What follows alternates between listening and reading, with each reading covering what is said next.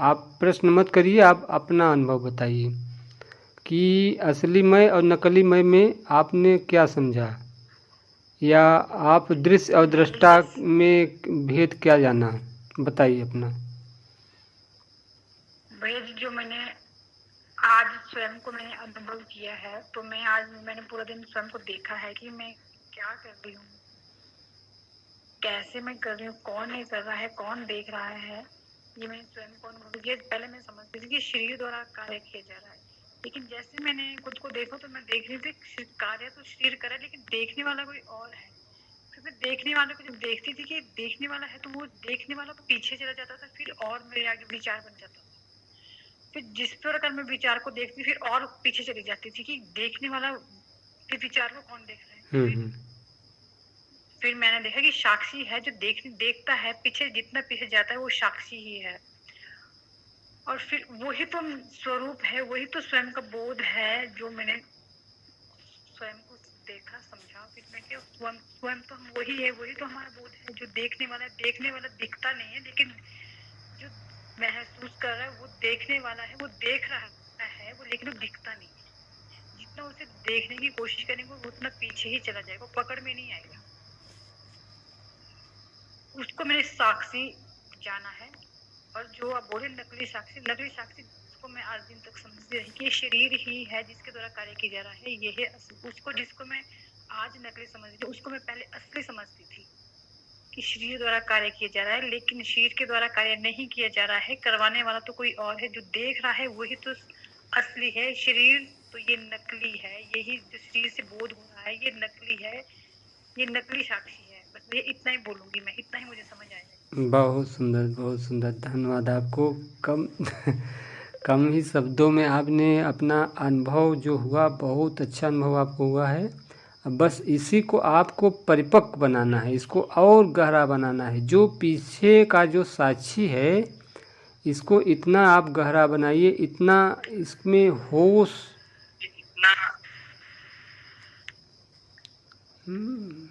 हाँ, इसको और गहरा करना है। जितने इसको आप गहरा करेंगे ना, इतने ये मतलब बोध बढ़ेगा, ये होश बढ़ेगा। कहते हैं ना कि जागते रहो, जागते रहो, यही जागना है। हमेशा अपने चैतन्य के प्रति मतलब होश बना रहे, यही जागना है। जी जी जी, हाँ, धन्यवाद भैया जी, बहुत बहुत प्रणाम भैया जी सभी को। जी प्रणाम प्रणाम। तो भैया जी, बोलिए बोलिए। जब तक हम दृष्टा को ना समझ ले अपनी अनुभूति से, तब तक तो हम जब जिस भी मैं जी रहे हैं वो नकली ही मैं है। जी जी, जब तक हम दृष्टा को ही अनुभव नहीं कर लेते, और जब दृष्टा अनुभव कर लेंगे तो मैं ही खत्म हो जाएगा। मतलब जब तक मैं बना हुआ है तो वो नकली ही मैं है। असली में तो दृष्टा है। जिस दिन दृष्टा का अनुभव कर लेंगे तो वो तो मैं तो खत्म ही हो जाएगा। तब तो हम वो ही हो जाएंगे। मुझे ये लगता है। फिर से आप मतलब कोई उदाहरण देके और इसको समझाने की कोशिश कीजिए।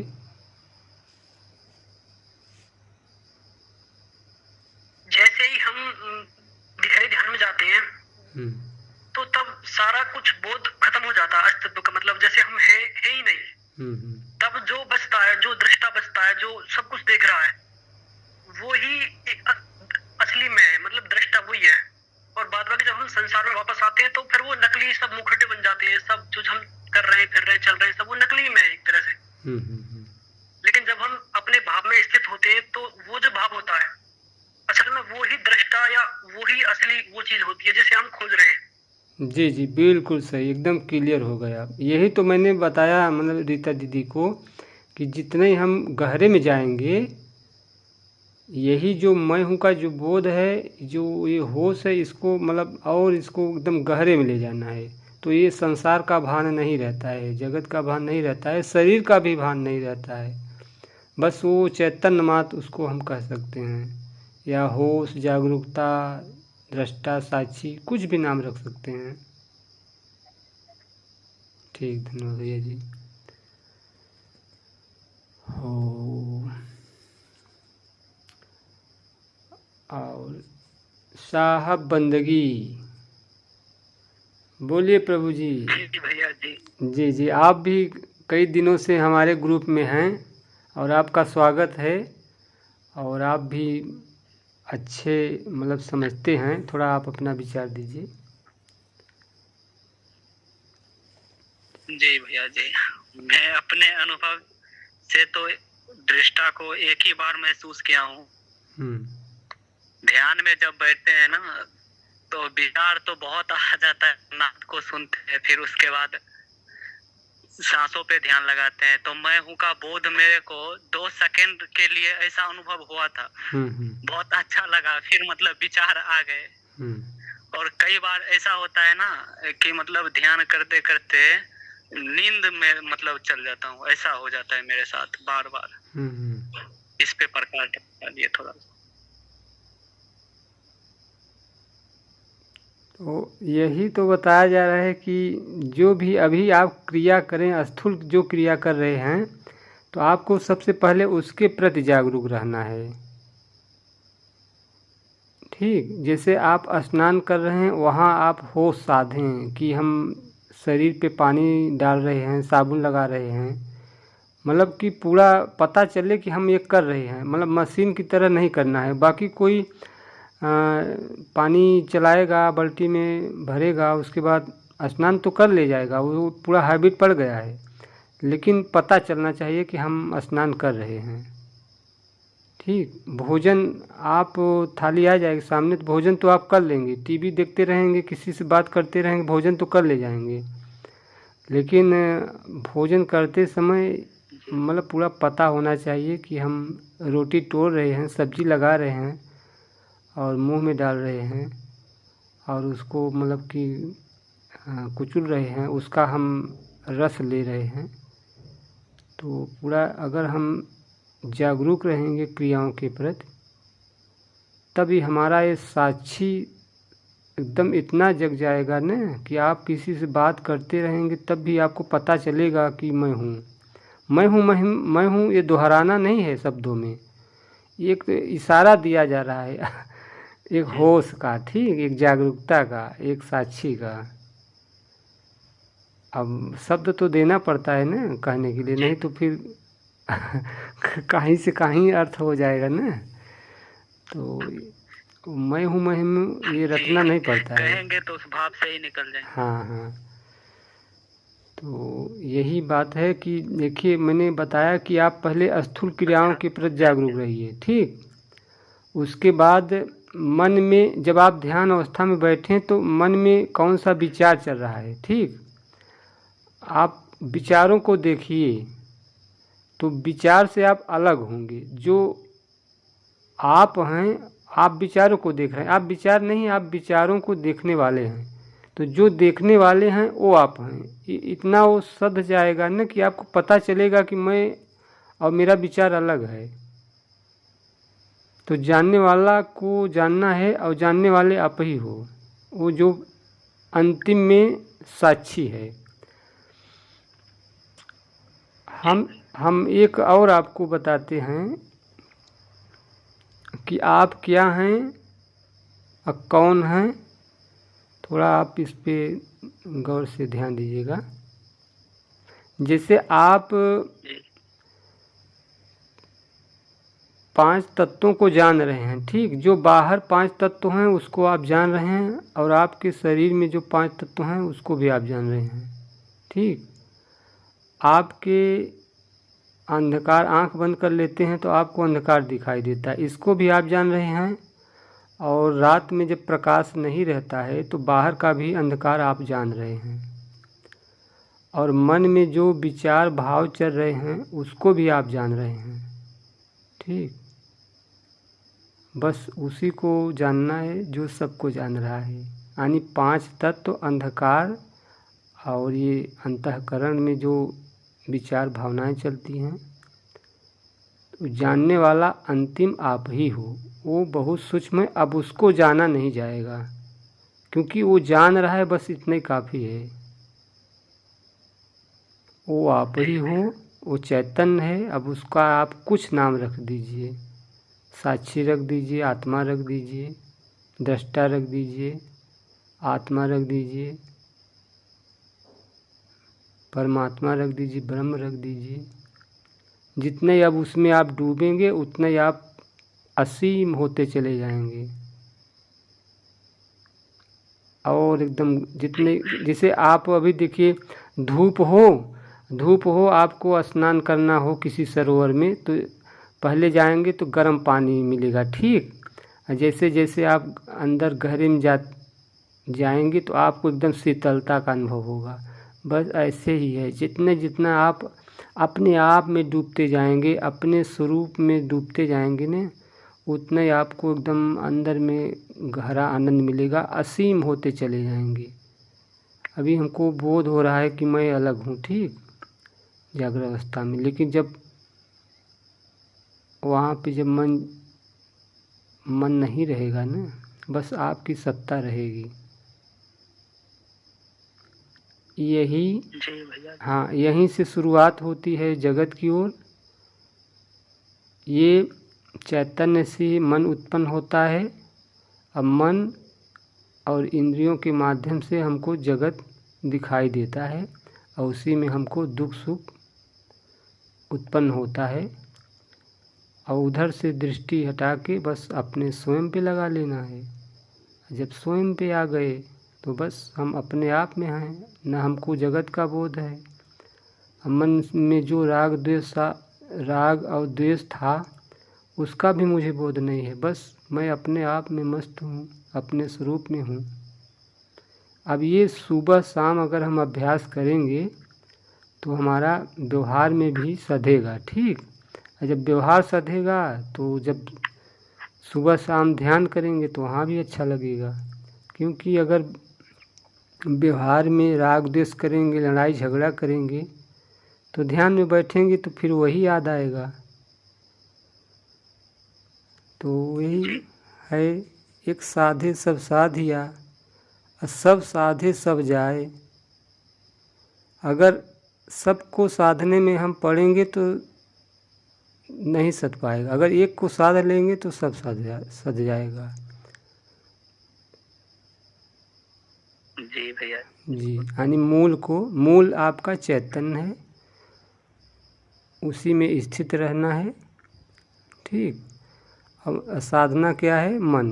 देखिए, न आत्मा को बदला जा सकता है न शरीर को। जैसा भगवान ने या प्रकृति ने शरीर दिया वैसा अब है। गोरा है तो गोरा, काला है तो काला, लंबा है तो लंबा, छोटा है तो छोटा।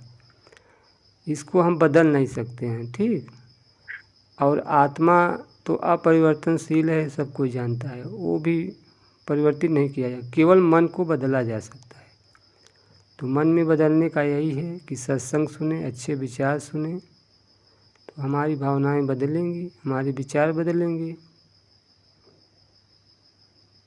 जी, धन्यवाद।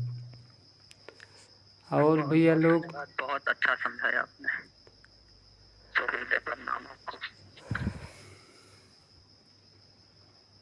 श्रीनिवास जी भैया जी, आपने बहुत गहरी, जी हाँ, बोलिए जी, आपने बहुत गहरी बात बताई है चेतना के स्तर की। लेकिन मुझे लगता है कि पहले हमें जो मेडिटेशन करने के लिए सिटिंग की जो अवस्था है, कि लंबी सिटिंग करने के लिए जो हमें निंद्रा ना आए, तंद्रा ना आए, आलस ना आए, बैठे बैठे हम लंबे समय तक सिटिंग कर सके, तो उसके आचार्य शंकर ने कुछ 15 नियम बताए थे, 15 अंग उसके, जो अगर हम उन्हें धीरे धीरे साधे उन 15 अंगों को, तो हम लंबे समय तक उस बोध का जो आप बता रहे हो, उस चेतन अवस्था का, मैं हूं का जो बोध है, वो हम लंबे समय तक जब बनाए रखेंगे उसी बोध को, तो आत्म साक्षात्कार करने के लिए हम बहुत जल्दी आगे बढ़ जाएंगे। लेकिन समस्या यही आती है कि बस आध घंटा 1 घंटा हम बैठे और फिर वो आलस, निंद्रा, तंद्रा वो आ जाती है, वो बोध खत्म हो जाता है। अगर हम उनके बताए हुए नियमों को, अंगों को अगर अपना में धीरे धीरे, तो शायद उससे हमारी और तरक्की जल्दी होगी, मुझे लगता है। क्योंकि हम जितनी लंबी अवस्था तक उसी बोध में रहेंगे तो उतना ही गहरा हमारा अभ्यास बढ़ता चला जाएगा। तो जैसे उसमें सबसे ज्यादा जरूरी है शरीर की क्षमता, तो सिटिंग करने के लिए हमें शरीर को एक ऐसी अवस्था में पहले बैठाना पड़ेगा ताकि हम हम लंबे समय तक थकावट, शरीर को थकान ना हो। उसके बाद में प्राणायाम का मतलब है कि श्वासों पर थोड़ा सा फोकस करना, जिससे कि हमारी एनर्जी थोड़ी एक्टिव हो शरीर में और हमें एनर्जी से भरपूर हो जाए और निंद्रा वगैरह, तंद्रा, आलस वगैरह सब खत्म हो जाए। और जो हमारा काम है, जो हम कर रहे हैं, बस उसी पर हमारा पूरा फोकस, कॉन्शियस पूरा एक ही जगह पर आ जाए। वो एनर्जी भी चाहिए ना उसके लिए हमें जी। तो वो बहुत जरूरी है। अगर हम थोड़ा सा, या फिर उससे पहले, अगर सेटिंग करने से पहले हम थोड़ी सी कसरत कर ले, थोड़ा सा व्यायाम, तो वो उसमें बहुत ज्यादा सहयोगी होता है। वो मैंने अपने अनुभव से जो मैं बता रहा हूँ कि उससे पहले अगर हम कर लेते हैं तो वो एनर्जी थोड़ी एक्टिव हो जाती है शरीर में। उसे हम फिर जहां भी चाहे वहां लगा सकते हैं आराम से, बहुत लंबे टाइम तक। जी जी, बिल्कुल आपने सही कहा कि ज़्यादा देर तक बैठने के लिए आसन और प्राणायाम करना बहुत ज़रूरी होता है।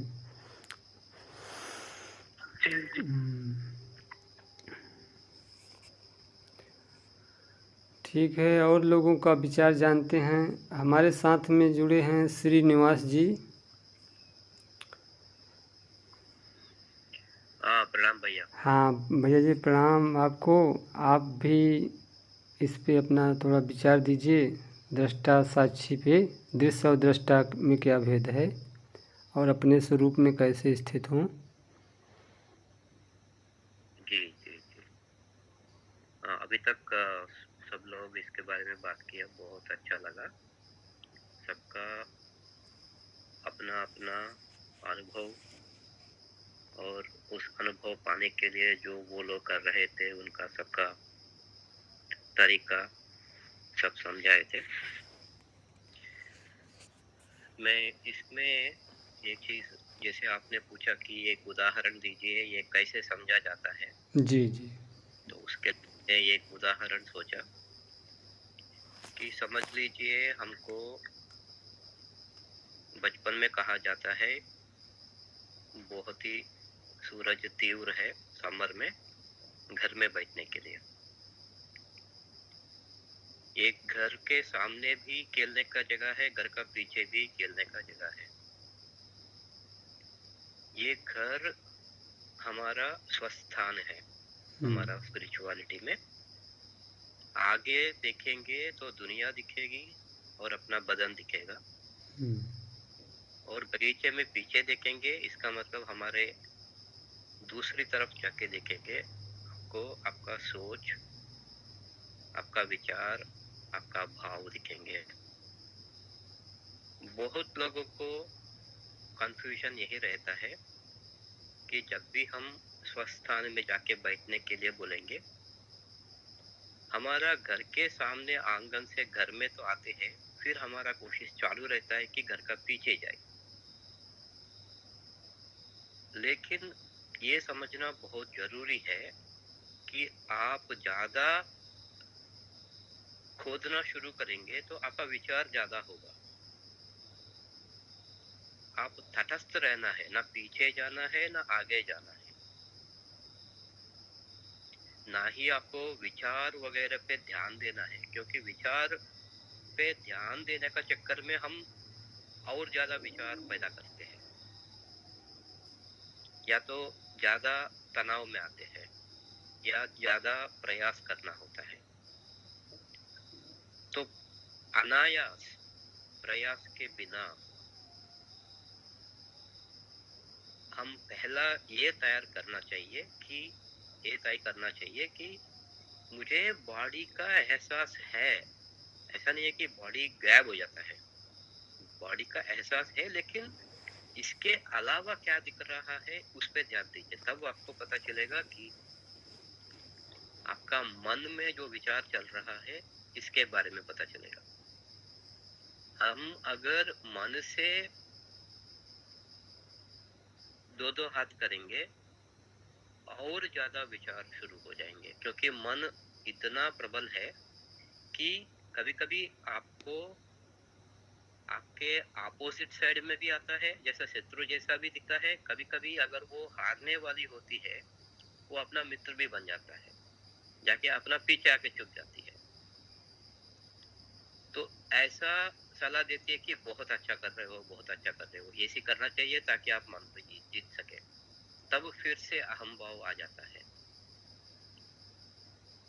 तो मेरा कहने का मतलब यही है, जैसे आप भैया जी ने बताए थे कि कोई घड़ी का पेंडुलम होता है, हमारा मन अपने जगह कोई काम के बिना रह नहीं पाएगी। अगर वो चुपचाप एक जगह बैठेगी तो अपना 99% काम हो गया।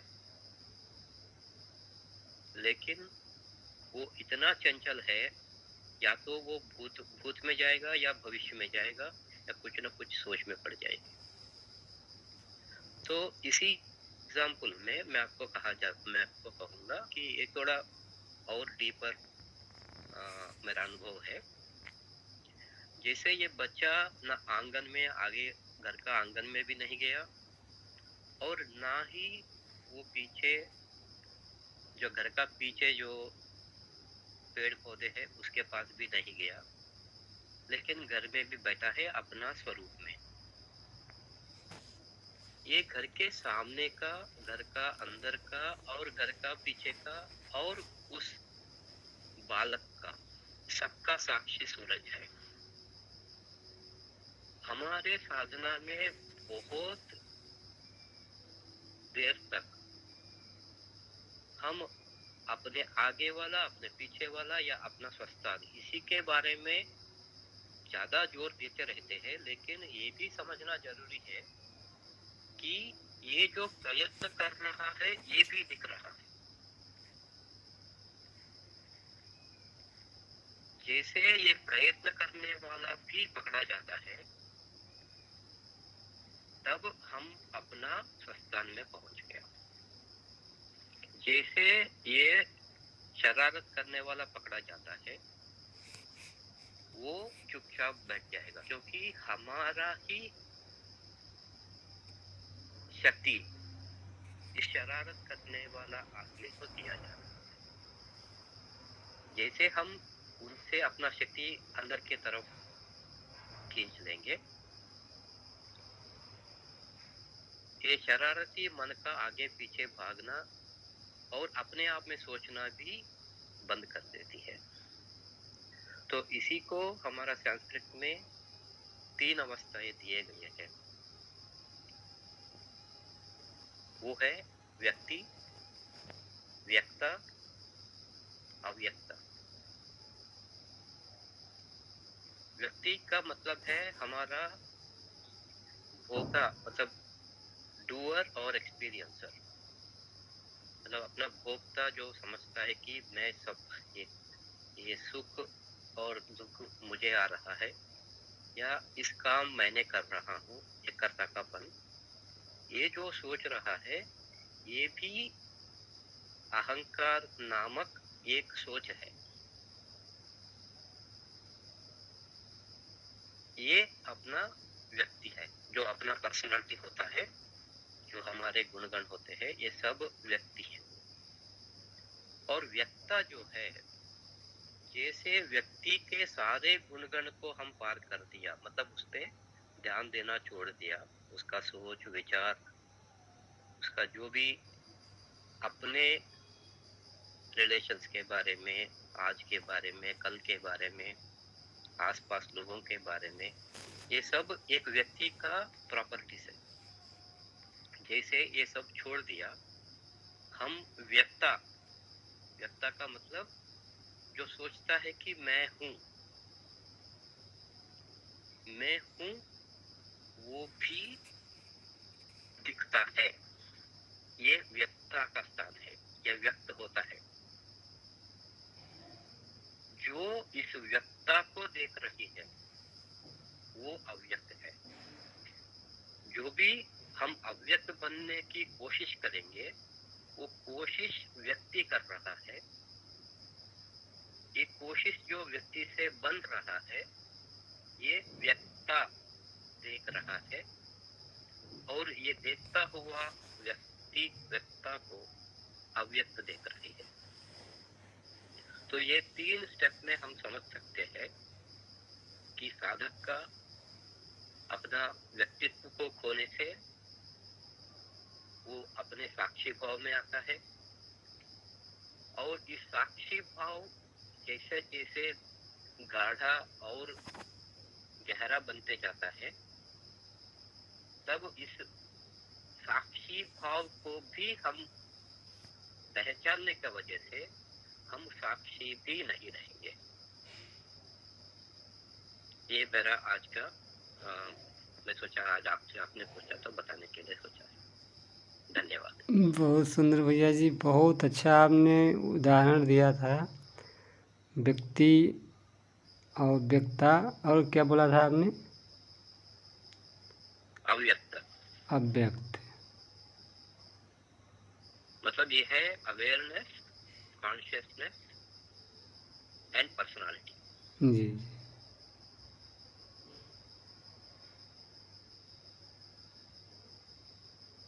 तो इसको ऐसा भी बोल सकते हैं कि चेतन और चेतना और शरीर। जी परफेक्ट, सही है। क्योंकि थोड़ा शब्दों को सब नहीं समझ पाते हैं ना, तो चेतना, सचेतन, चेतना और व्यक्तित्व। मतलब हमारा कभी बाप बनते हैं, कभी बेटा बनते हैं, कभी माँ बनते हैं, कभी सास बनते हैं। सो ये जो सारे रोल प्ले करते रहते हैं, ये हमारा पर्सनालिटी है। हाँ हाँ, शरीर है। तो व्यक्तित्व, तो चेतन, चेतना और व्यक्तित्व। जी।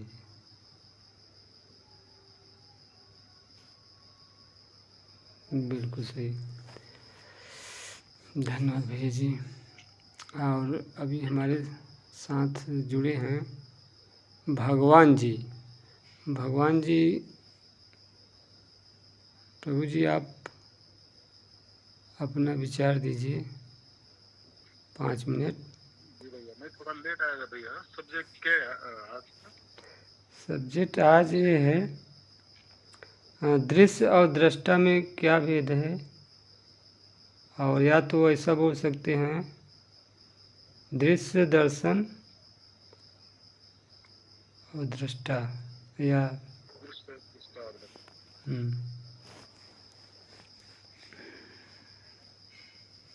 तो भैया जब हम ध्यान में बैठते हैं तो शुरू में बहुत से कल्पनाएं, विचार, भाव हमारे उठते रहते हैं। और जैसे हम अपने होनेपन के बोध में बैठे ही रहते हैं और अपने होने पर, शुद्ध होनेपन में होते हैं, वैसे वैसे वो विचार, वो कल्पनाएं, जो कुछ भाव है उठने बंद हो जाते हैं। और प्योर जो हमारा होना मात्र जो शिल्लक, क्या बोलते हैं हिंदी में उसको, जो बचता है होना मात्र। जी जी, शेष। तो वो होना मात्र ही हमारा स्वरूप है। वहाँ पे ना कोई विचार होता है, ना कोई कल्पना होती है, ना कोई भाव होता है। लेकिन इसमें कुछ भी, दोपहर को मैंने एक प्रसंग सुना और वहाँ पे हमारे ही भाई लोग उस पे एक ऐसे दिव्य दृष्टि की बात कर रहे थे कि ऐसे कुछ केंद्र है हमारे शरीर में, वो बोल रहे थे 108, और वो केंद्र एक्टिव करते हुए हमारी लास्ट में दिव्य दृष्टि खुल जाती है और उसके बाद हमें आत्म साक्षात्कार होता है। जिसका उन्होंने बोला कि अर्जुन को भगवान ने, अर्जुन की भी कैपेसिटी नहीं थी, तो वहाँ पे अर्जुन को उन्होंने वह दिव्य दृष्टि दी और उनको वो वहाँ पे दिव्य दृष्टि की वजह से वो अपना खुद का साक्षात्कार या भगवान को उनको देखने की दृष्टि मिली।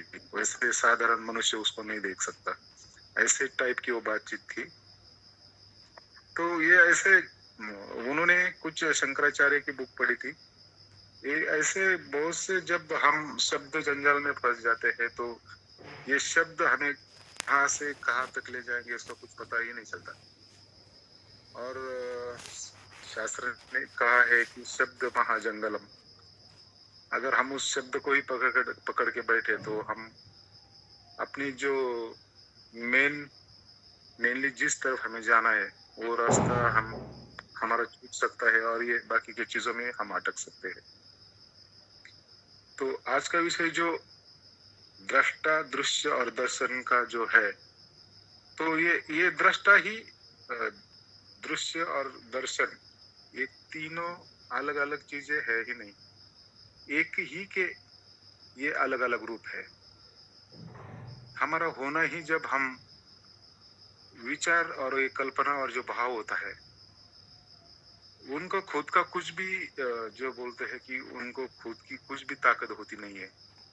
हम जब उनको सपोर्ट करते हैं, हमारा होनापन उसको देते हैं, और वो होनेपन हमको उसको देने के बाद वो जब पुष्ट हो बनता है और चलता रहता है, और हम भी ये खो बैठते कि हमारा शुद्ध होनापन अलग हो जाता है और हमें उस विचार के साथ ही घूमने लगते हैं। वो विचार हमें कहाँ घुमाता है, उसका तो वो कहाँ पर भी ले जा सकता है। अगर हम होश में ना हो, अपने होनेपन में, शुद्ध होनेपन में न हो के उस विचार, उस कल्पना का ही अपना मानकर उसके साथ घूमने लगे, वो भाव, कोई भाव हो, कोई विचार हो या कोई कल्पना हो, तो वही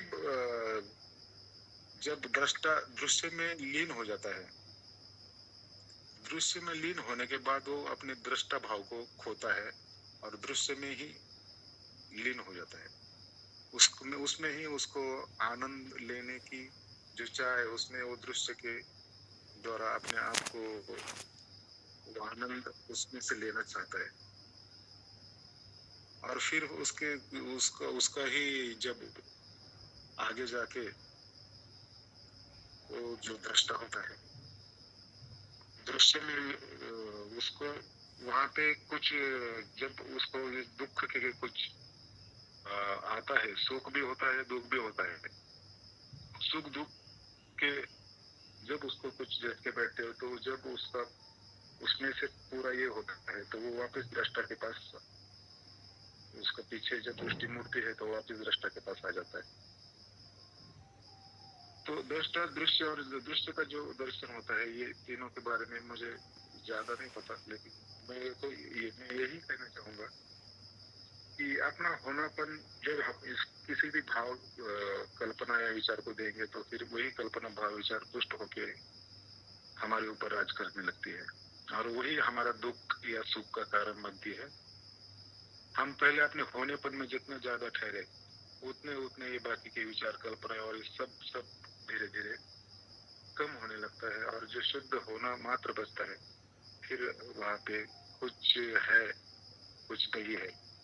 ये सुख दुख के परे जो सत्य, यानी हमारा हो रहा चिद, यानी जो जानने में आता है, जानने वाला, और वो आनंद, ये तीनों ही बचते हैं।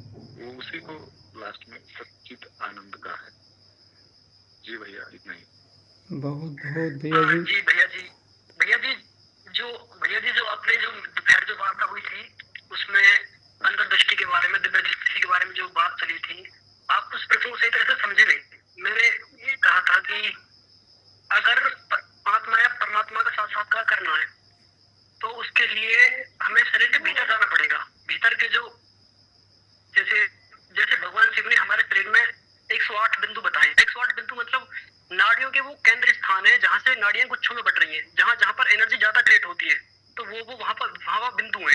जैसे 7 बिंदु सबसे मेन बिंदु है, जहाँ जो हम सहस्त्रार से मूलाधार तक जो कहते हैं, वो 7 बिंदु, 7 चक्र, वो सबसे ज्यादा वहाँ एनर्जी क्रिएट होती है। तो उन्होंने कहा था कि अगर हम अपनी नाड़ियों को खोलकर और उस बिंदु पर ध्यान अगर करें, अपने शरीर, अपने बॉडी के स्तर पर ही अगर हम बिंदु पर मेडिटेशन करते हैं, तो उससे हमारा मन बहुत जल्दी शांत होता है, और साथ ही साथ उसकी कुछ शक्तियां हैं जो वो ऑटोमेटिकली हमें पैदा होने लगती है।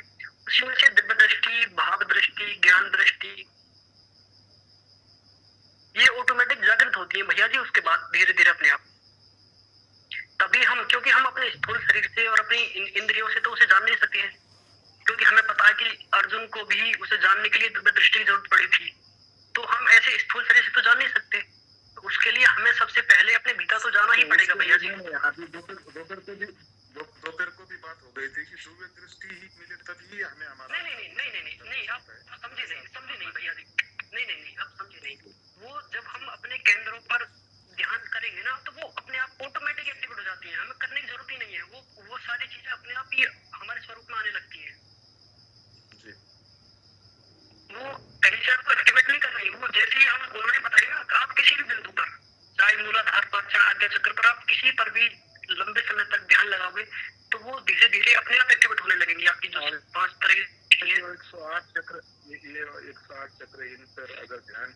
गया, और वैसे ही हमको अपने आप को जानना हो तो फिर उसके लिए क्या करें? देखो भैया जी, इस दुनिया में ध्यान कितनी टेक्निक है। कोई नाम जब का सहारा लेता है, कोई जैसे महर्षि रमन मैं कौन हूँ उस तरह का सहारा लेता है, लेकिन सबसे जो बेहतर और सबसे आसान जो टेक्निक है ना, वो यही है कि अपने शरीर के अंदर जाकर उसकी अनुभूति करें। और क्योंकि जब हम अपने बॉडी के तल पर पूरी पूरी सृष्टि को, पूरे जगत को जब हम अनित्य देखते हैं ना, अनित्य है, सब कुछ नश्वर है, तो तब भीतर जाना बहुत आसान हो जाता है। बाहर से तो हम बहुत महर्षि रमन जी बहुत लंबे समय तक उसी अवस्था में रहे, मैं कौन हूँ, उन्हें बहुत लंबे समय में जाकर बोध हुआ। लेकिन अगर जैसे आचार्य शंकर ने कहा, अगर हमें तीव्र हमारे भीतर संवेदना है और हम भीतर जाने की जो उन्होंने 15 अंग बताए, अगर उनका हम सही तरह से फॉलो करें तो मुझे लगता है कि तीव्रगामी व्यक्तियों के लिए वो बहुत आसान है, बहुत जल्दी मिल जाएगा। वो टाइप का ध्यान कर रहे थे अभी? नहीं भैया जी, जैसे आपका नाड़ी जैसे आप नाड़ी खोलने शुरू करोगे ना, तो वो तो अपने आप खुल जाएंगे। आपको जहाँ जहाँ ज्यादा एनर्जी क्रिएशन होगी, समझो तो वही बिंदु है पूरी बॉडी में आपको, और आपकी अवस्था ऐसी हो जाएगी कि आपको बॉडी फील ही नहीं होगी, एनर्जी ही फील होगी पूरी बॉडी में। ये कोई ज्यादा, इसलिए आपको ब्रह्मचर्य की ज्यादा जरूरत नहीं है, आपको बस उसमें थोड़ा साधना। नहीं, वो मेरा ध्यान का जो विधि वो अलग टाइप का है। अपने होनेपन में मैं ज्यादा से ज्यादा नहीं, वो भी बढ़िया है, उसमें भी एकाग्रता बनी रहती है। जी हाँ, जैसे महर्षि रमन वो करते थे कि मेरा जो होनेपन का जो एहसास हो रहा है वो भी मेरा नहीं है, वो भी परमात्मा का ही है। सिर्फ उसके ऊपर मेरा होनेपन का मुझे जो अहंकार हुआ है, वो अहंकार की वजह से ही बाकी की ये सब चीजें, वो अहंकार जब होनेपन में मैं उसमें पूरा तरह से रुक जाऊंगा तो ये बाकी का जो अहंकार है ये छूट जाने के बाद जो बचेगा नीचे, वो वही होगा जो है ओतप्रोत, जो खुद को जान रहा है और जो जानने वाला है, जानने वाला ही जानने वाले को जान रहा है। ये अपने जो रितेश भैया है वो भी वही बताते हैं। हम ये विधि के ऊपर ही काम करते हैं। आपका विधि थोड़ा अलग टाइप का है, उसके बारे में ज्यादा मालूमात नहीं है मुझे। नहीं, काम तो मन को शांत करती है आपकी विधि भी, और वो जो हम किसी एक बिंदु पर अपना ध्यान रखें वो भी वही काम करेगी, आपके मन ही को शांत करेगी, वो भी मन को एकाग्र करेगी। लेकिन वो जो भाव है ना बॉडी वाला, उससे क्या है कि हम उसे देखेंगे कि जब हम बॉडी पर कोई भी अनुभूति या कोई भी वेदना आती है ना, वो आती है और चली जाती है। मतलब एक तरह से ऐसे समझो कि हर कुछ सब चीज नश्वर है, हर चीज अनित्य है, मिट रही है, बन रही है, मिट रही है, बन रही है। तो जब हमें ये भान हो जाएगा ना कि बस मिटना बनना ये सृष्टि का नियम है, तो शायद हम उससे बहुत जल्दी भैया वो जो मिटना बनना है उसको जो जानने वाला है वो कौन है? नहीं, वो दृष्टा ही है। जो अपने ऊपर विचार आते विचार को भी जानने वाला एक होता है, जो कल्पना उठती है, भाव उठता है, उसको भी जानने वाला एक होता है। जो अपनी सुबह जो उठता है जागृति, स्वप्न और सुचित को भी जानने वाला है, उसको जानना है हमें। ये बाकी के दिव्य दृष्टि यानी कि हमें क्या अलग टाइप का कुछ दिखाई देगा उसके ऊपर। नहीं, आप समझे नहीं फिर उस चीज को। आपको थोड़ा शास्त्रों का भी अध्ययन करना चाहिए, तो उससे थोड़ा मुझे ये जानना था कि दिव्य दृष्टि यानी उसके बाद क्या होगा? दिव्य दृष्टि मिलने के बाद नहीं, दिव्य दृष्टि का मतलब है कि आपको वो जो आत्मा है, परमात्मा दृष्टा का जो भाव है, वो उसमें आप स्थिर हो जाओगे अपने आप।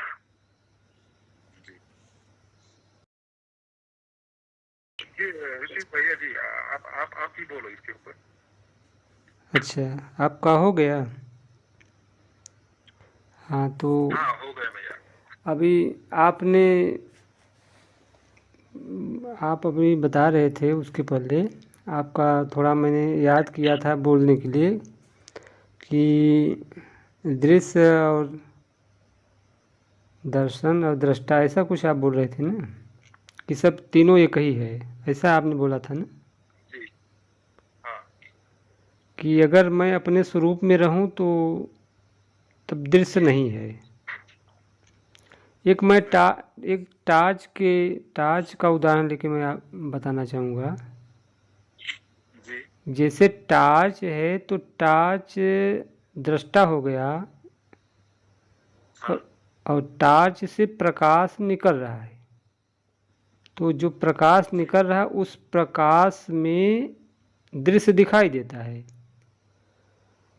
तो दृष्टा, दृश्य और दर्शन, यानी जो ये प्रकाश दृश्य पे पड़ रहा है तभी दृष्टा उस दृश्य का दर्शन कर रहा है प्रकाश के माध्यम से। अर्थात ये जो साक्षी हम बोलते हैं या दृष्टा बोलते हैं, अगर इसमें से अगर चेतना या मन न निकले तो हमको मतलब दृश्य का पता नहीं चलेगा। तो आपने बिल्कुल सही कहा कि हम अगर अपने होनेपन में रहेंगे तो वहाँ से ये चेतना या मन अपने मूल कारण में मतलब स्थित रहेगा, तो हमको दृश्य का पता नहीं चलेगा। ये दृश्य क्या है? वही माया है। तो माया में हम नहीं जाएंगे तो हम अपने स्वरूप में बने रहेंगे। अगर ये अभ्यास अगर हम करते रहेंगे तो अंत समय में यही हमारी स्थिति होगी कि हम अपने स्वरूप में स्थित रहेंगे। ये है जीते जी मुक्ति।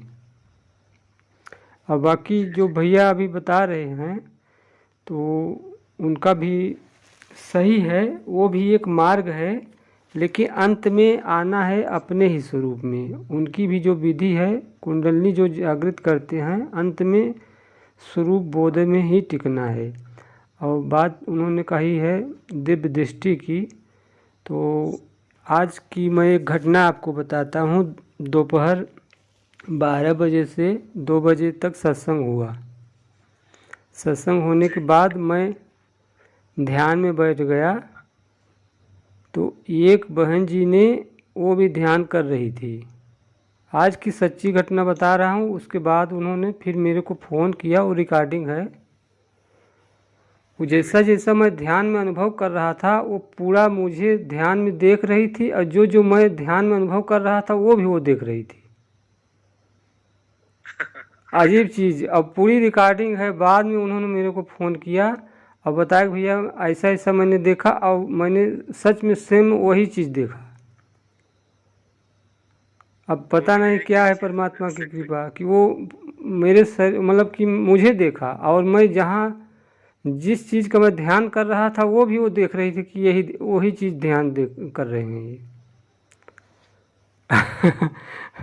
मैं प्रकाश का ध्यान कर रहा था और वो देख रही है कि भैया का ओरा मतलब कि प्रकाश इनके मतलब कि सामने खड़ा है, ओरा बना हुआ है। तो अब है ऐसी शक्तियाँ हैं, कहा नहीं जा सकता है, लेकिन हाँ सबको नहीं होता है। वो हजारों लाखों में कोई एक ऐसा होता है, और सब या पूर्व जन्म की उनकी साधना होगी, अभी पूरा हो गई, ऐसा हो सकता है। और लेकिन अब कठिन मार्ग हैं, अब जो करेंगे तो हो भी सकता है। और सबसे सरल मार्ग है मैं हूँ कि बोध में ठहरना। अलग अलग मार्ग है और अलग अलग मार्ग में अनुभव भी अलग अलग आते हैं। हाँ, अंतिम अनुभव जो होता है वो सभी का एक ही होता है। जी जी। तो ठीक है भाई। कुछ मैं बोलूं? हाँ बोलिए बोलिए। मैं दोनों चीज को जानती हूँ, जैसे कुंडली का भी और ये जो भैया जी होनेपन का बोल रहे हैं, दोनों का जानती हूँ। मैं दिव्य दृष्टि को भी जानती हूँ। हाँ हाँ बोलिए माता जी आप बिल्कुल। तो इसलिए मैं मेरे हिसाब से मैं आपको थोड़ा थोड़ा बताना चाहती हूँ, लंबा नहीं जाना चाहती इसमें। कि भैया जी देखिए, मैं भक्ति से चली थी। मैं मतलब भक्ति वो नहीं कर्म कांड करना, जप करना, वो नहीं। खाली मैं कृष्णा को प्रेम करती थी, उसकी फोटो देख प्रेम मतलब भाई के रूप में करती थी। उसको फोटो के देख के जैसे मेरे जीवन में जितनी भी सोचो तकलीफ रही, जो भी रही, लेकिन रात को उसको बैठ के फिर मैं उससे बहुत बात करती और उससे बहुत रोती, तू कहाँ है, तू कहाँ है। मेरे को इस जन्म में कुछ भी ज्ञान नहीं था, इसलिए थोड़ा सा टाइम लूंगी आपको, नहीं तो आपको समझ में कुछ भी नहीं आ गया कि तीनों चीजों का ज्ञान है इसमें।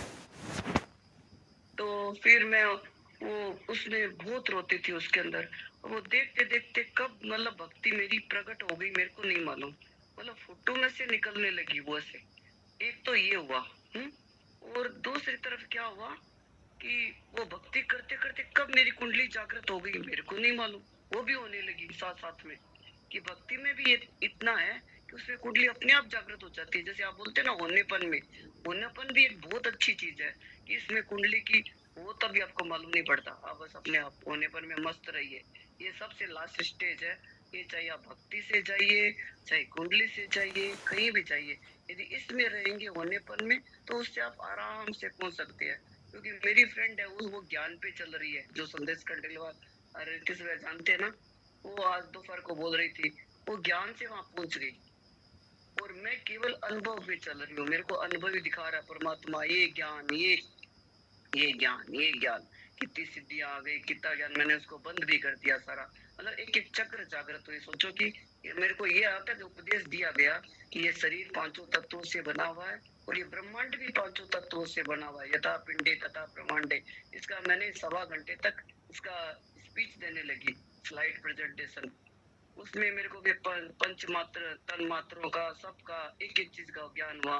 तो मूलाधार चक्र जागृत हुआ। तो उसमें भी जैसे क्या हुआ कि मैं ध्यान करती थी ना, तो जब लास्ट में मैं ध्यान से बाहर निकलती तो वो साक्षी भाव में थोड़ी सी देर रहता ऐसा दिखता कि चक्र चल रहा है लाल रंग का और उसमें लम लम चल रहा है। 2 मिनट देखती फिर चला जाता है। ऐसे हर चक्र एक एक जागृत हुए मेरे। स्वादिष्टान में जैसे बोलते हैं ना सेक्स की जागृति हो जाती है। फिर उसके बाद में नाभि का हुआ तो इसमें गोल्डन कलर होता है। तो सब में आकाश में पृथ्वी सब जगह मेरे को वो गोल्डन कलर दिखने लगा। हार्ट में गई तो पूरा हवा जैसे पूरी एकदम हवाई हवा जैसे कानों में और में सब धीरे चलने लगी। फिर मैं विशुद्धि पे गई तो यहाँ पे वो साउंड सुनने लगा, सारा साउंड धीरे धीरे। फिर ऊपर चढ़ी तो ऐसे लगा कि कान में से कमल निकल रहा है। फिर मेरे को तो जैसे थोड़ा थोड़ा उस ज्ञान में सिखाया गया था तो फिर मैं अपने को बैलेंस करती। मैं सोची आज तो ये कान में से निकल जाएगा, क्या करूंगी अब, मेरे को तो समझ में नहीं आ रहा। और मेरी आत्मा मेरे को ज्ञान दे रही थी। मेरे को एक ज्ञान अंदर से आ रहा था कि मैं गुलाम नहीं हूँ, गुलाम नहीं हूँ। फिर मैं उस पे चढ़ी ऐसे, मैं सोची कौन बोल रहा है मेरे अंदर से। फिर मैं ध्यान में बैठती तो फिर मेरे को ओम प्रकट हुआ नाभि से, सोम अपने आप चलने लगता। ओम ब्रह्मांड के साथ मैं कनेक्ट हो जाती एकदम से। फिर उसने मेरे को फिर मेरे को आत्मा ने मेरे को ज्ञान दिया कि देखो। फिर मेरे एक दिन कुंडली जागृत हुई तो पूरा ब्रह्मांड लोटस बन गया वो। फिर उसने दिखाया कि मैं कहाँ नहीं हूँ। फिर मेरे को दूसरा ज्ञान दिया ऊर्जा रूप में, ये देखो मैं हर चीज में ऊर्जा हूँ, हर चीज में ऊर्जा हूँ, कहाँ नहीं हूँ ये देखो।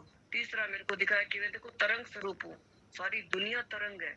मतलब ज्ञान दिया मैंने, क्या दुनिया का ज्ञान को बंद कर दिया, जगत को ज्ञान को मैंने वही स्टॉप कर दिया कि मेरे को दुनिया नहीं देखनी है कुछ भी।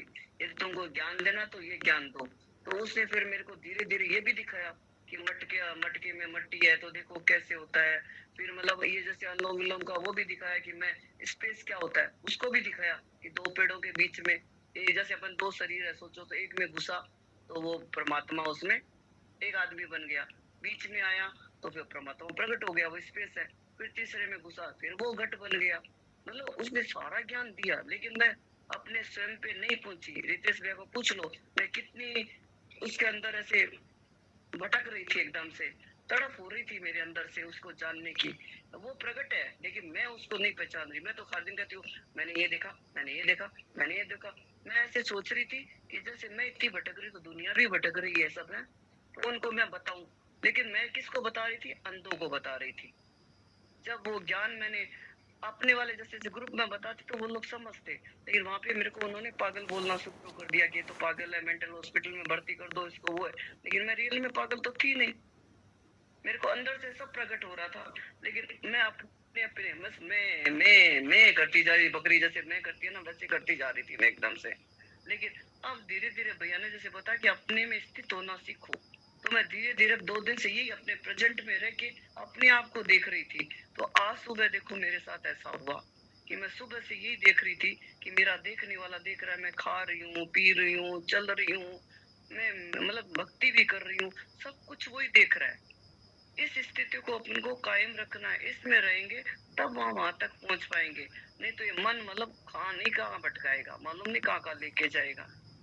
कुंडली का भी पहुंच सकते हो, दिव्य दृष्टि। अब मेरे साथ क्या हो रहा है कि मेरी दिव्य दृष्टि भी जागृत हो गई।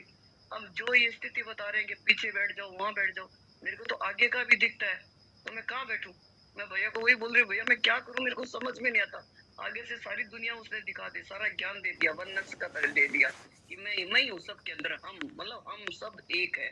मतलब सारे मटकों को फोड़ दो तो वो मट्टी बच जाएगी ना, यहाँ तक दे दिया कि सब मिल के अपन एक हो जाएंगे तो वो तत्व प्रकट हो जाएगा। यहाँ तक बता दिया भैया ने, लेकिन मैं तो मैं ही मैं करती जा रही हूँ।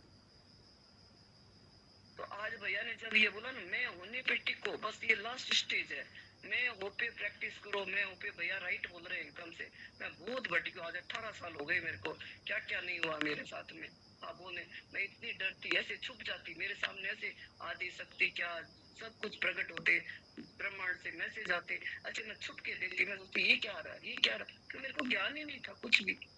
मैं मेरी फ्रेंड को पूछती, उसको मेरे अनुभव से ज्ञान हो गया पूरा, लेकिन मैं उस अनुभव में भटकती रही, बस ये होता रहा मेरे साथ। वो मेरा परमात्मा मेरे साथ ही खड़ा था, लेकिन उस मैं का दो रूप होता है। देखो मैं इसलिए बता रही हूँ, मैं दो होता है, एक तो मैं, जैसे मैं हिंदू हूँ तो मैं हो गई है, एक पीछे एक कैपिटल होता है मैं, वो परमात्मा है, वो जो पीछे खड़ा रहता है, केवल देखता है, बोलता कुछ भी नहीं है, खाली अपना रिकॉर्डिंग सब कुछ उसके अंदर है, कि वो उसके बिना हम कुछ नहीं कर सकते। मैं हूँ का मतलब वो है, तभी हम जिंदा है। यदि वो भी निकल जाए अपनी शरीर से तो अपन अभी मर जाएंगे, अपन होंगे ही नहीं। बस उस मैं पे टिको, वो असली है, जो अपना नाम है, पता है, मन है, सबको हटा दो, कुछ भी नहीं है, वो सब बेकार है, सब ब्रह्म है, सब कुछ ब्रह्म है, उस पे टिको। मैं आपको निर्मल छोटा सा बता रही हूँ, मेरी लाइफ का बहुत लंबा है ये, चाहे किताब बढ़ जाए सारी। बहुत बहुत सुंदर, धन्यवाद दीदी जी आपको। बहुत एकदम रहस्यमयी बात आपने बता दिया कि जो लोग ये सब करने में चक्कर में पड़े होंगे तो आना तो अंत में उसी मय में हुआ है। बाकी आपने इतना अनुभव करने के बाद भी आपको संतुष्टि नहीं मिली, लेकिन आपको संतुष्टि अब मिल गई कि आप अब दोनों अनुभव आपको एक साथ होंगे। आपको मैं का भी बोध का पता चल गया, और जो भी आपको अनुभव हो रहे हैं आपको पता चल रहा है कि अनुभव को जानने वाला आप ही हो, आप ही वो चैतन्य हो। अब सब कुछ आपके सामने घटित हो रहा है, और आपने बहुत अच्छे ढंग से समझाया हम लोगों को। धन्यवाद। ये कुंडली के बारे में बोल रहे थे ना, कौन भैया मैं नहीं जानती, बस उनको यही बोलना चाहती हूँ कि कुंडली का जो करते हो ना, वो गुरु के साथ करना चाहिए। यदि पास में गुरु उनका आंसर देने वाला हो तब करना चाहिए, नहीं तो इस स्थिति में यदि कोई दिव्य दृष्टि जो होता है शरीर के अंदर उसका उत्तर नहीं देता, तो मेरी जैसी परिस्थिति होती है उसके अंदर, कि मेरा गुरु भी दूर था, लेकिन मेरे को बस बोलते गए ब्रह्म है, ब्रह्म है, ब्रह्म है। अब मैं जानती नहीं ब्रह्म होता है क्या है। ब्रह्म वो नहीं, भगवान वाला ब्रह्म नहीं, ब्रह्म जो ब्रह्म होता है, बोलता है ये भी ब्रह्म है छोड़ दो, ये भी ब्रह्म है छोड़ दो। अब ब्रह्म है कौन सा, मैं नहीं जानती ब्रह्म है क्या वो। तो उसको जब तक गुरु के साथ में नहीं हो तो ये कुंडली का नहीं करना चाहिए। पास में उत्तर देने वाला हो तभी करना चाहिए। यदि उसी टाइम मेरे को यदि मेरा गुरु बोल देता कि वो जानने वाला है, उस पे टिकना, जो तुमको दिखा रहा है वो उस पे टिकना, तो मैं उसी दिन टिक जाती, उसी पे है। इतनी भटकती नहीं मैं आज तक है। धन्यवाद। धन्यवाद माता जी, बहुत सुंदर, धन्यवाद। और बहुत अच्छा लगा सत्संग, बहुत अच्छा था भैया। दिन पर दिन शांति बढ़ती जा रही है, बिना कुछ किए, बिना अच्छा, मैं तो ध्यान भी नहीं कर पाती, पर अच्छा बहुत प्रगति लग रही है। शायद आप लोगों का सानिध्य है, और पता नहीं हो गया। सबका सहयोग है इसमें, किसी एक का नहीं है। अगर सब लोग सपोर्ट नहीं करेंगे ना तो नहीं अच्छा लगेगा। सब अनुभवी लोग हैं, सब लोग अपने अपने ढंग से उसको अनुभव किए हैं, तभी इस ग्रुप में सब जुड़े हैं। ऐसा नहीं है कि हमने सबको ज्ञान नहीं दिया है। क्योंकि ये मेरी मेहनत या मेरी पात्रता नहीं हो सकती, क्योंकि इस पर तो मैं बहुत सालों से लगी हुई थी ना, वो अब अचानक कैसे होने लगा। जो शांति विचारों में मतलब देख पाती हूँ दूर से, तो बहुत अलग मौन छा रहा है, अच्छा लग रहा है बस।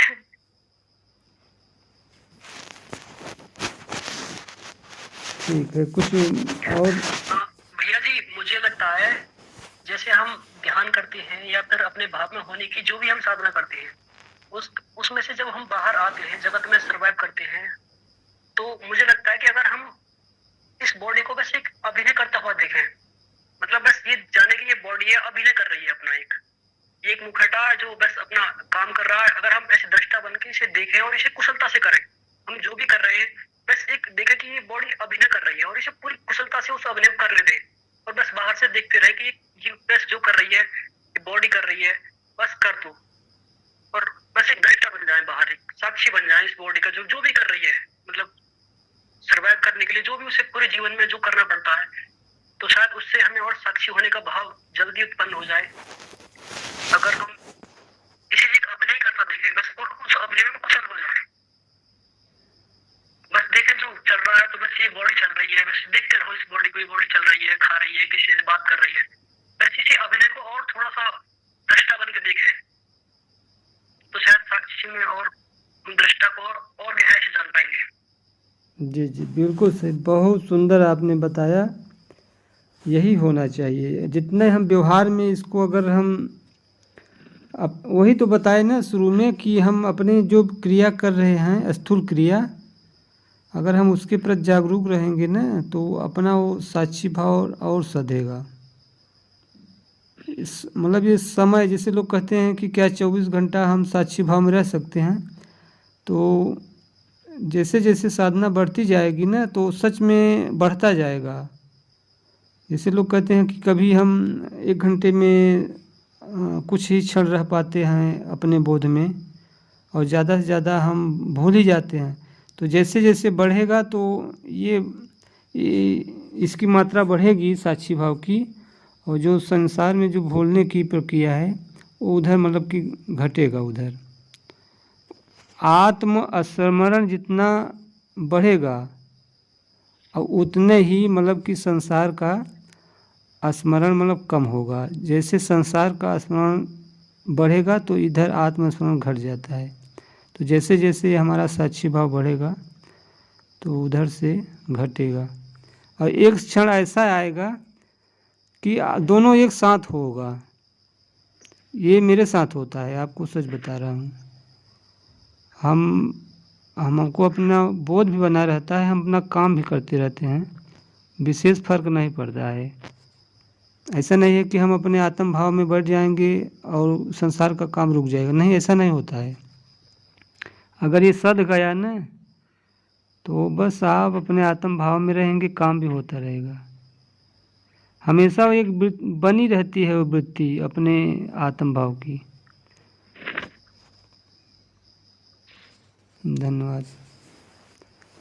हाँ, और जी अब उसके बाद आप बोलिएगा, ठीक। हम ध्याता माने जो ध्यान कर रहा है, ठीक, चेतन ध्याता, ध्यान और ध्येय माने हो गया कि जिसका हम ध्यान कर रहे हैं। ध्याता, ध्येय और ध्यान बीच में आ गया, ठीक। हमारी जो ध्यान की प्रक्रिया है, जैसे हम ध्याता हो गए और हम किसी ध्येय में, किसी विषय में ध्यान कर रहे हैं, तो ये हम दृष्टा हो गए, और जिसका ध्यान कर रहे हैं वो दृश्य हो गया। अब बीच में ध्यान की प्रक्रिया चल रही है, मतलब देखने की प्रक्रिया। तो ये ध्यान भी उसी आपके मतलब कि ध्याता से ही निकल रहा है। अब उसी ध्याता से जो ध्यान निकल रहा है और उसी ध्यान को फिर ध्याता में लौटा लें, तो फिर वो दूसरा ध्येय नहीं रहेगा, आप ही फिर वो ध्येय हो जाएंगे। आपका जो ध्याता है आप ही फिर वही मतलब कि ध्येय भी हो जाएंगे। लौट आई चेतना। जैसे मान लीजिए हमारे ही चैतन्य से चेतना निकली और चेतना किसी दृश्य का ज्ञान करा रही है, ठीक। तो उधर न जाके मतलब कि बस स्वयं में मुड़ जाए या निकले ही न वहाँ से, तो हम अपने आप में ही हैं। जी सही बात। जैसे हम अपना ध्यान को जब अंदर समेटते हैं तो हमारा खुद का अनुभव होता है। जी वही ध्यान, वही ध्यान अगर बाहर गया तो दूसरे का ज्ञान होगा। अगर वही ध्यान अपने आप में रहे, जी मतलब चेतना अपने चेतना का चैतन्य का अनुभव करने लगती है। जी। एक आनंद के सिवा भैया जी और कुछ बचता ही नहीं है, केवल एक अनुभव है, एक आनंद है आत्मा का। अब जिसे कहते हैं कि भटक रहे हैं, अब वही चीज़ बाहर गई ढूंढ रही है, स्वयं को न जान के ढूंढ रही है, तो वही भटक रही है। कहते हैं ना, सुरती भटक रही है। देखिए यहाँ पे भैया जी हम बहुत क्लियर बात करना चाहते हैं कि शरीर, मन और आत्मा, ठीक, अब इसी को कोई दृश्य, दृष्टा और दर्शन बोलता है। इसी को आप ध्याता, ध्यान और ध्येय भी बोल सकते हैं। इसी को आप मतलब कि चेतन और सुरती भी आप बोल सकते हैं। एक ही शब्द भैया जी, एक ही शब्द, एक ही है। थोड़ा मतलब हर जगह उसका चेंज कर देते हैं तो लोग सोचते हैं कि नहीं ये थोड़ा बहुत हट के बता रहे हैं। हम आत्मा को चेतन स्वरूप बोलते ही हैं। आत्मा का स्वरूप ही बताते हैं, चेतन स्वरूप है, और परमात्मा चैतन्य स्वरूप है। चेतन शरीर में चलायमान है, जब अपना अनुभव करती है तो चैतन्य हो जाती है। बड़ा सोचनीय विषय, मतलब सोच रहे थे कि जैसे चेतना हमारी है, चलायमान है, मन के बस में होके संसार में घूमती है, जब अपना अनुभव करती है तो चैतन्य हो जाती है। इसी को भैया जी हम लोग ब्रह्म भी समझ लेते हैं। जब अपना अनुभव करती है तो हम ब्रह्मास्मि जब बोलते हैं, तो जब हम अपना अनुभव कर लिए तो इसी को हम समझते हैं। जी जी जी जी, आत्मा को ब्रह्म, जो आत्मा को ब्रह्म भी बोल। हाँ, जिसे मैं इसको मतलब भैया जी एक बोलिए बोलिए बोलिए बोलिए। जैसे भैया जी आत्मा बोलते हैं, उसको चाहे चेतना बोलते हैं, जैसे ब्रह्म बोलते हैं, तीनों एक ही शब्द है। पर्यायवाची सांकेतिक शब्द बनाते हैं लोग। तो जैसे इसका अनुभव हो गया तो हम ये समझ लें कि मैं ब्रह्म हूँ, अहम ब्रह्मास्मि, मतलब इसी को समझ लेते हैं जी।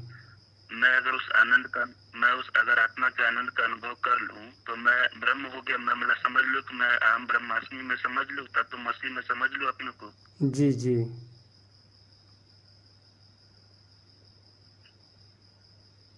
कहें कि वेदांत का सिद्धांत हम देख रहे थे, मतलब इसे आत्मा ही ब्रह्म, मतलब उस अनुभव को कल समझने से मैं समझ लेता हूँ कि मैं ब्रह्म हूँ, मैं तत्वमसि हूँ, सब समझ लो अपने को। हाँ, देखिए इसमें दो बात है। जिससे शब्दों से अगर हमने पढ़ के जान लिया कि मैं ही ब्रह्म हूँ, तो अब ऐसा नहीं कर सकते हैं। कोई शरीर को भी कर सकता है, लेकिन जिन्होंने वो अनुभव कर लिया उसको बोध हो रहा है, ठीक, और गहरे में जा रहा है, गहरे में भी गया है, उसको बोध भी हो रहा है जागृत अवस्था में, और उसको समाधि में भी उसका बोध हुआ है। वो कह सकता है अहम ब्रह्मास्मि, लेकिन चिल्लाने की ज़रूरत नहीं है। बस पता चल गया, हो गया, मैं ब्रह्म हूँ, मैं भगवान हूँ, कहने की क्या ज़रूरत है। उसके वाणी से खुद वो निकलेगा, वो बरसेगा, अमृत बरसेगा। जी जी भैया जी। जी भैया जी, धन्यवाद भैया जी। भैया खाली अहम ब्रह्मास्मि बोलने से, ज्ञान से कुछ नहीं होता। ये जब बोध होता है, प्रकट होता है ना, तब वो प्रकट होता है भैया। मैं आज तक मैंने भी जाना कि हाँ मैं अहम ब्रह्मास्मि, मैंने सब कुछ जान लिया, मेरे को सब ज्ञान है, सब कुछ है, लेकिन वो अंदर मैं उस पर नहीं पहुंची अभी तक, भटक ही रही थी अभी तक। अभी स्टार्ट हुआ है मेरे पास, लेकिन अभी तक मैं पूरी पहुंची नहीं होती थी। और जैसे भैया बोल रहे चेतना, चैतन्य, वो तीनों एक ही है भैया। इसका एक मैं एग्जाम्पल आपको दे सकती हूँ, एक दिन मेरे साथ घटित हुआ ही है। तो एक रात को मैं ऐसे सो रही थी 4 बजे, मेरे को सुबह क्लास लेनी थी, तो मैं अचानक क्या देखी कि मेरे को एक कमरे में आवाज आ रही है, गुरु ब्रह्मा गुरु विष्णु गाना चल रहा है ऐसे। तो मैं सोची 4 बजे कौन गा रहा है मेरे कमरे के अंदर। दूसरी तरफ मेरे हस्बैंड सो रहे थे, अंदर वो सो रहे, मैं उस साइड में बज रहा था वो। तो मैं सोची 4 बजे आज मेरे कमरे में कौन गाने लगा है। तो मैं ऐसे आंखें मसलती उठी, तो भैया जैसे बोलते ना चेतना, चैतन्य और दृश्य, तीनों, वो तीनों वहाँ प्रकट थे। मैं फिर उठी, देखी तो दूसरे साइड में वो गुरु ब्रह्मा वाला चल रहा था, सामने मेरे इष्ट देव राधा कृष्ण की फोटो लगी हुई थी। तीनों एक साथ, देखो जो प्रकाश है ना, तीनों एक साथ जाके उस फोटो से मिल गई है। लेकिन मैं वहां पे देखो अपने पे नहीं गई, मैं तो खाली देखती रह गई, खाली उनको है, ये नहीं जाना कि तीनों में एक ही हूँ। अब इनका ज्ञान हो रहा है मेरे को, है ये होता भैया। अब एक एक चीज समझ में आ रही है मेरे को, है वो माता जी अनुभव ऐसा है कि बस एक अनुभूति है और उसी में बस होनेपन का एक बोध बना रहता है। एक अनुभव, एक आनंद की अनुभूति है और उसी का बोध रहता है। वो तीनों चीज एक ही है, लेकिन उन तीनों पे तीनों अपने से प्रकट हो रही है, मतलब उसी से, आत्मा से ही प्रकट हो रही है। वो वहां पे जाओ, देखने वाले पे मत टिको, जो जानने वाला ना उस पे टिको।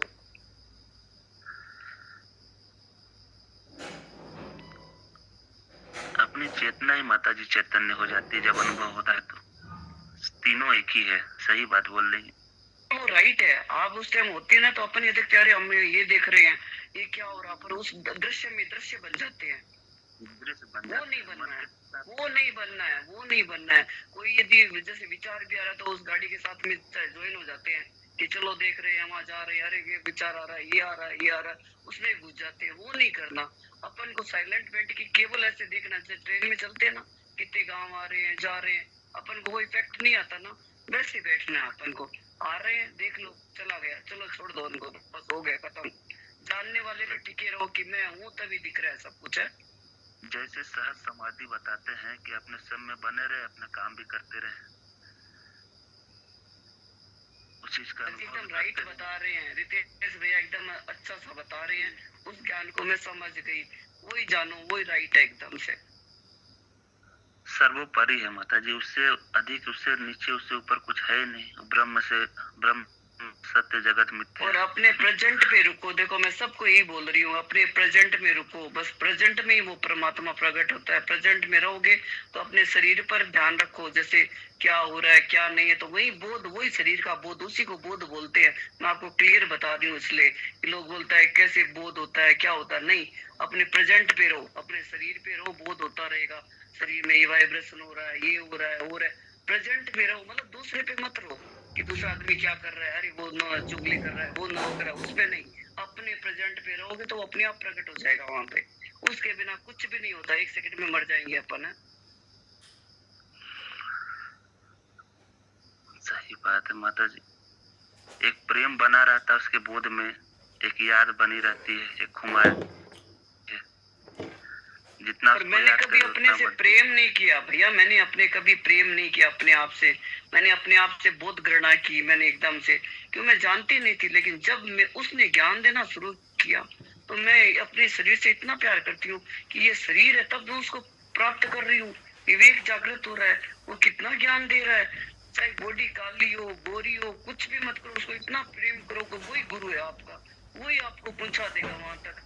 मैं ना बैठ नहीं सकती थी, घुटने में इतनी तकलीफ थी, लेकिन मैं धीरे धीरे करते करते, ध्यान करते हुए, एक्सरसाइज करते हुए मैं पलाथी लगाने लगी। तो ये प्राणायाम भी बहुत जरूरी है, लेकिन अपनी बॉडी को इतना प्रेम करो कि वो प्रकट हो जाएगा अपने आप। बताते हैं माता जी, कई जन्मों के पुण्य होते हैं तो हृदय में उसकी प्यास भी रहती है, तो उसका प्रेम भी बना रहता है, वो प्रकट भी होता है, और प्यास हमेशा बरकरार रहे ताकि अंतिम समय तक उसका साथ भी भैया यही हुआ। जो परसों है ना, चेतना दीदी ने एक गाना गाया था, मैं उनको बहुत रो रही थी। मैं बोली दीदी मेरे साथ सब कुछ हो गया, लेकिन वो देखो मैं उससे इतना प्यार करती हूँ, मेरे को लगता है कि कब वो कृष्ण आएगा, कब मेरे भाई आएगा, मेरे को हाथ रखे, मैं निराकार पे नहीं सेट हो पा रही हूँ, मेरे को साकार चाहिए। तो दीदी ने वो गाना सिखाया था कि कृष्ण आपके अंदर ही खेल रहा है, अपने आप ही खेल रहा है, आपके अंदर खेल दिखा रहा है, आपको तंग कर रहा है। आपको वो गाना तो मेरे को याद नहीं है, चेतना दीदी यहाँ पे है, तो मेरे को वो इतना अच्छा लगा कि वो मेरे हार्ट में आज ऐसे बैठ गया, आज ऐसे खेल रहा था कि कृष्णा वो तो ही तंग कर रहा है क्या, मेरे को तो मालूम ही नहीं था। कोई मेरे शरीर के अंदर बैठा है क्या? मेरे को इतना प्रेम आ रहा था, सच में वो गाना मेरे अंदर फिट हो गया एकदम से। मेरी चेतना दीदी है तो बोल सकती है, मेरे को वो पूरा गाना याद नहीं है अभी।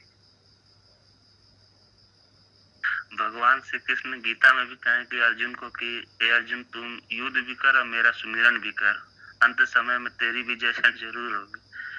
वही साकार है, वही निराकार ब्रह्म हो जाते हैं, वही रूप पकड़ के आते हैं, अपना ज्ञान देते हैं, फिर उसी में विलीन हो जाते हैं।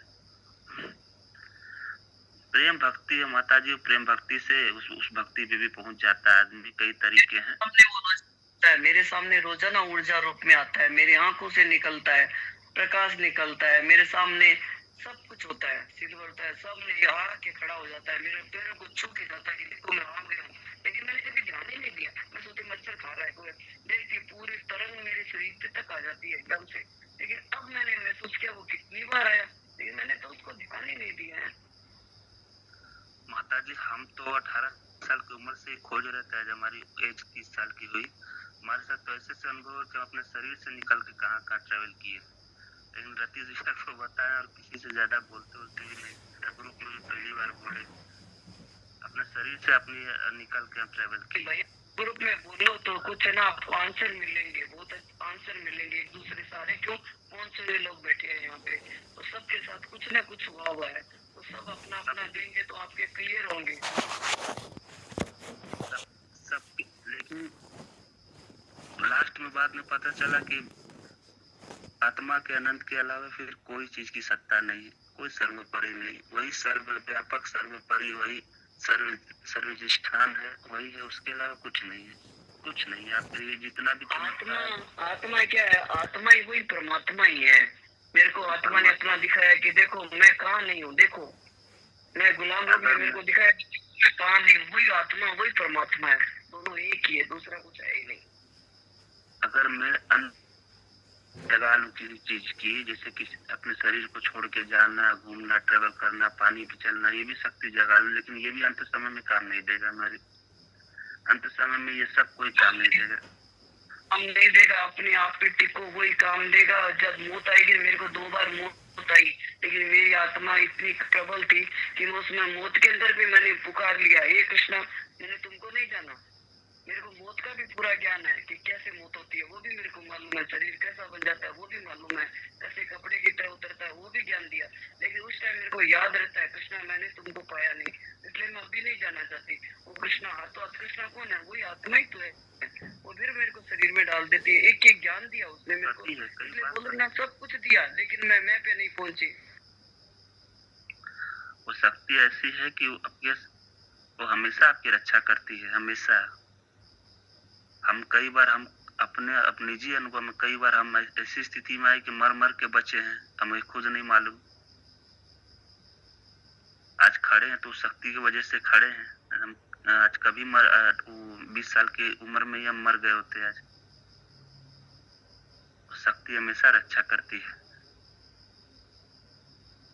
अच्छा भैया मेरे साथ भी मैं बहुत बीमार रहती थी, मैं भी बहुत बीमार रहती। मैं फिर उस कृष्णा को कहती थी, कृष्णा देखो मेरे को तो टाइम नहीं है तुमको याद करने के लिए, सारा दिन तो घर में काम ही करती रहती हूँ, तेरे को याद करने को टाइम नहीं है। फिर जब बीमार पड़ती तब कहती कृष्णा आज कितना अच्छा दिन, देखो आज मैं बीमार हूँ तो तुमको याद कर सकती हूँ ना। और कभी बहुत ऐसे लगता है कि आज तो मैं बचूंगी नहीं, मेरा इंजेक्शन भी काम नहीं कर रहा है। तो मैं उसको कल उस टाइम इतना तो को ज्ञान नहीं था, तो मैं उसको बोलती कृष्णा कल अपन शमशान घाट में मिलेंगे, अपन कल अपने वहां पे मिलन होगा। तो मतलब ऐसे चली मैं जिंदगी में है। सच में ये वो याद करती हूँ ना कि मेरी सफर ऐसा चला। माता जी हम अपनी बात बता रहे रतीश भैया कि जब हम पहले शंकर भगवान की पूजा करते थे तो एक समय ऐसा आया कि हमको साक्षात मतलब भगवान हमको समझ में नहीं आया कि सामने प्रकट है, बस एक पैर इतना बड़ा दिख रहा है कि जिसका कोई आदि है न अंत है, आंख भी नहीं खुल रहा। हमारे खुद के ऐसे अनुभव है। लेकिन बाद में सब लय हो गया, जब अनुभव हुआ आत्मा का तो सब लय हो गया।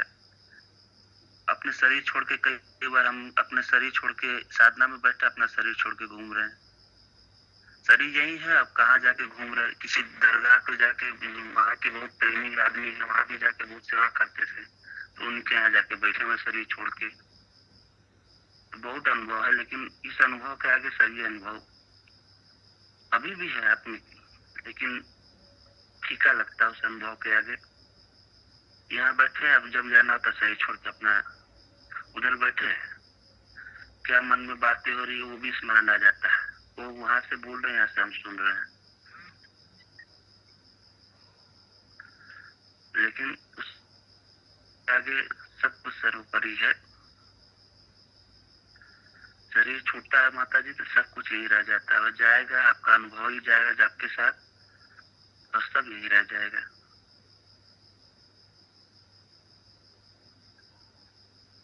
इसलिए हर जगह मौजूद है, नजर वो आता नहीं। हर जगह मौजूद है, नजर वो आता नहीं। योग साधन के बिना कोई उसे पाता नहीं। योग साधन के बिना कोई उसे पाता नहीं।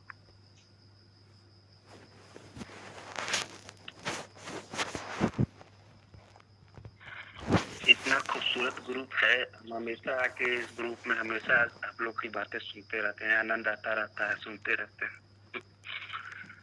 वो इतना अच्छा लगता है कि समय निकाल के हमेशा ग्रुप में हमेशा मौजूद रहते हैं। आप लोग की बातें सुन के रतीश भैया हो गए, आप लोग की चेतना देवी भी हो गई। रतीश भैया, हाँ भैया जी, टाइम हो गया है, 10:30 बज गया है। जी तो फिर हम लोग दोपहर में भी होता है सत्संग 12 बजे से 2 बजे तक।